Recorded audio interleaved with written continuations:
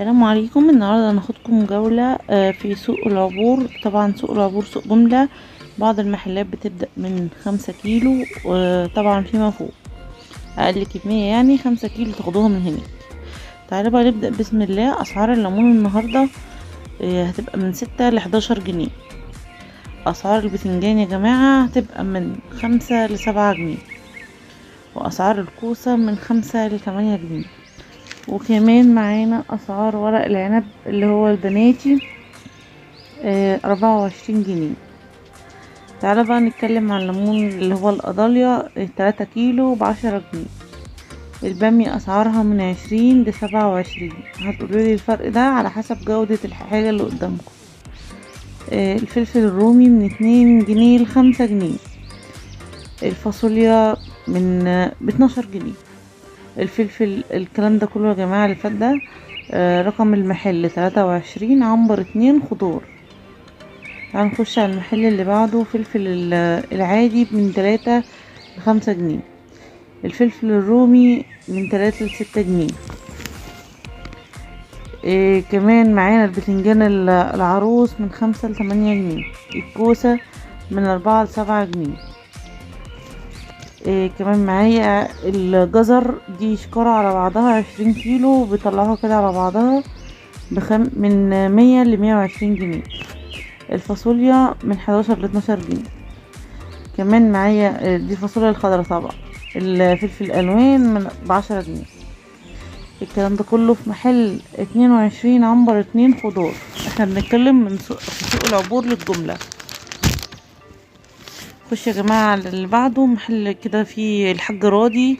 ده فارش، ده فلاحين يعني بيبقوا فارشين واخدين اماكن كده. اسعارهم بتبقى ارخص من المحلات الكبيرة، عشان ده يعني من الارض اللي لك على طول، المستهلك على طول.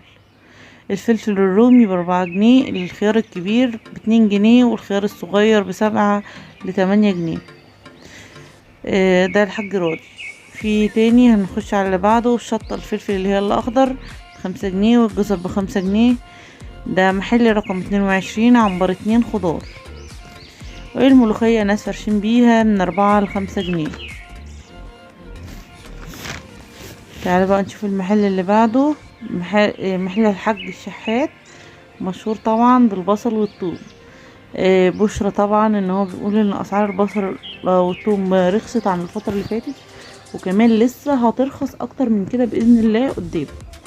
فحاولوا تشتروا احتياجاتكم الاساسية من البصل. وبرضه هقول لكم الاسعار.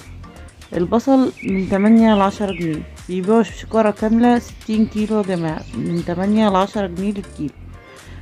الثوم من 17 ل20 جنيه.